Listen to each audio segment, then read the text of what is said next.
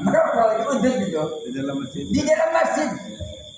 Mbak Yasin Asy'ari melarang kita merokok di dalam masjid. Itu sudah menjadi aneh itu. Udah menjadi apa sekarang itu? Udah menjadi kayak biasa saja. Coba. Perlu diilmui kan? Perlu diilmui untuk apa? Untuk bagaimana kita menghormati masjid. Kalau sudah menghormati masjid, yang masjid itu kita masuknya sunat tahiyatul masjid. Sunat tahiyatul masjid, masuknya ke masjid. Kemudian kita rokokan di situ. Kita motong kuku, kemudian bawang ditaruh di situ. Sebegitu. Saya dengan pokoknya di karangannya Mbak Yai sampai saya hormat lah. Kalau hormat, kalau masih bisa sampai dua begini nih, sampai dua apa istilahnya, dua tangan dihormatin semua. Ya Allah, sampai sebegitu. Itu di kalangan sekarang, katakan umpama orang yang nggak ngerti, ya dikira anu saja, dikira tidak dosa lah. Dikira nggak apa-apa saja.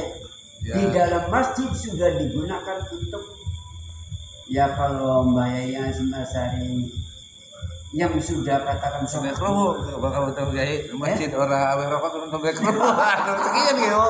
Mas Ari, ya. Di teras nggak apa-apa di teras. Di dalam ya, di dalam ya. Iya di dalam. Ya dulu saya masjid di desa saya, masya Allah penghormatannya orang. Sekarang ini masjid pembangunannya saja modelnya beda dengan dulu. Iya. Begitu aneh tuh. Begitu apa ya? Kayak orang di masjid itu melaku di masjid itu kayak melaku di apa?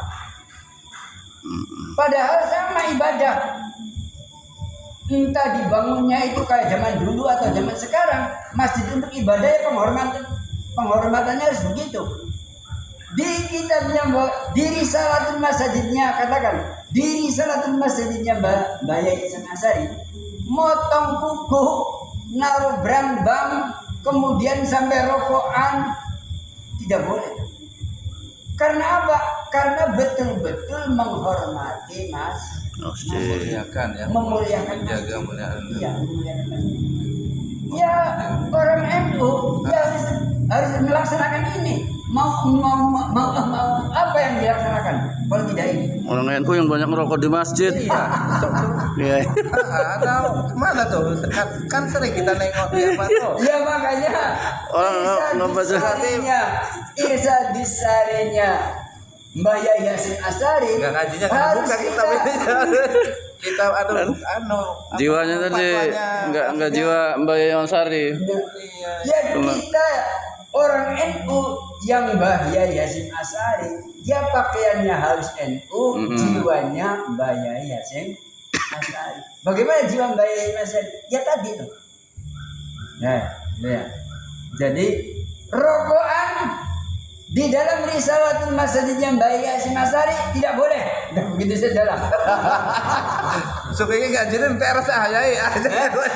Ya setelah ngaji baru ke teras merokoknya. Iya. Yang nggak boleh kan di dalamnya bagai ya. Di teras boleh. Tanya jawabnya di teras tuh. Berencer saya tahu. Nah, selanjutnya dan wajib ngereksa masjid saking najis. Udah umum ya, udah hampir ya. Jaga masjid dari najis. Ya, jadi itu maklum tidak bisa diam. Tapi yang tidak maklum ya harus kita laksanain. Iya. Jiwanya Mbak Yasin Asy'ari yang kita baca, apa yang disebutkan oleh Mbak Yasin Asy'ari, ya kita harus laksanakan. Begitu tuh.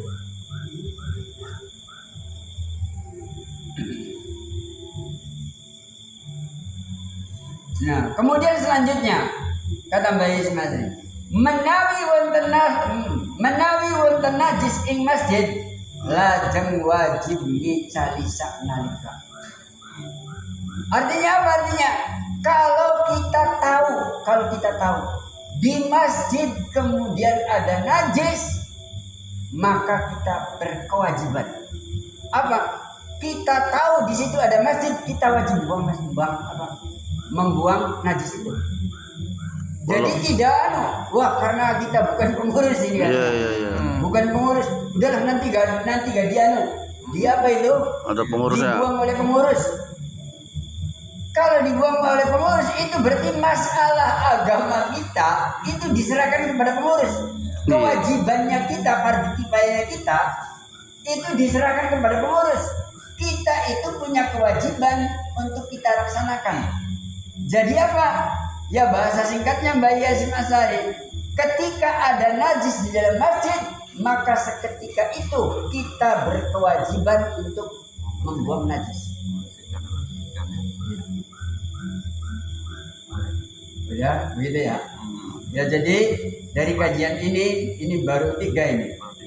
Iya. Jadi kalau belajar hadis ini boleh jadi 3 juga ini sudah beberapa hadis itu sebenarnya. Sudah seperti motong buku lah katakan. Kemudian menaruh brambang, kemudian katakan sampai riang, umbel dan lain sebagainya yang kotoran-kotoran di masjid itu. Ya katakan ya beberapa hadis. Kemudian dengan bahasa yang singkatnya Mbak Yasim Asy'ari, kemudian Mbak Yasim Asy'ari menyebutkan yang tadi sudah saya sebutkan itu untuk apa? Untuk masjid itu supaya dijaga. Nah artinya apa? Ya dari artinya ya bagi orang NU yang termasuk santrinya Mbak Yasim Asy'ari, bagi kita secara pribadi, ya sebenarnya bagi bapak-bapak sekalian, apa? Yang menjaga masjid sesuai apa yang disabdakan oleh Mbak Yasim Asy'ari. Yakinlah apa yang dikatakan Mbak Yasim Asy'ari itu karena jiwanya Mbak Yasim Asy'ari itu Sahih Bukhari, Sahih Muslim, Fathul Wahhab, Fathul Mu'in, kemudian Fathul Qorib dan lain sebagainya, maka itulah yang sebenarnya apa yang disampaikan oleh Mbak Yasim Asy'ari itu Sahih Bukhari, Sahih Muslim, Fathul Mu'in, Fathul Wahhab, Fathul Qorib dan lain sebagainya. Itu saja mungkin kajian pada malam hari ini. Ya jadi saya himbau ya bukan hanya bapak-bapak sekalian, bapak apa menyampaikan kita ini adalah penting. Penting apa?